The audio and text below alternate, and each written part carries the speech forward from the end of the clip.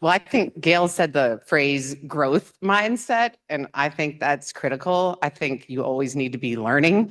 If you're in sales, that they have the always be closing. I think in whatever field you're in, the always be learning is a good mantra to have, because if you want to be innovative and bring new ideas, if you're always just surrounding yourself with kind of the same people and the same process that you've always had, I think that's challenging. And there's many ways to do that. There's formal training, there's relationships, there's coming to things like this, there's going to trade shows, there's talking to students or having interns that have a much different view on the world. I mean, I think there's reading books, and sometimes we're like, oh, I'm so busy with my day to day, I don't want to read the next business book or whatever that may be. But I really do think that looking for external inspiration is critically important. And so I think having that learning and growth mindset is one important thing.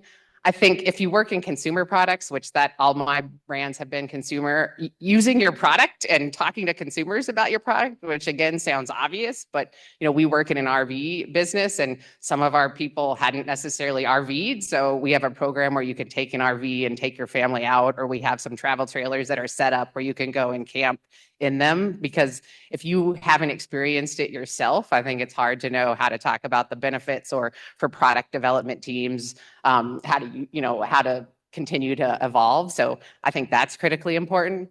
I also think we do some things like have some tools and rewards. So we have a patent wall in our headquarters where we put up all the patents that we've had, which Chris Craft is a 150-year-old boat brand. We just celebrated 150 years, and the Winnebago RV brand has been around since 1958. So, we have some new brands, but we've also got some brands with rich history, and we have a long history of innovation and patents. So celebrating that legacy, but also recognizing people that have gotten those today, I think also just helps to contribute to a culture of innovation. So I think also having some things like that where you make it just part of your culture is important as well.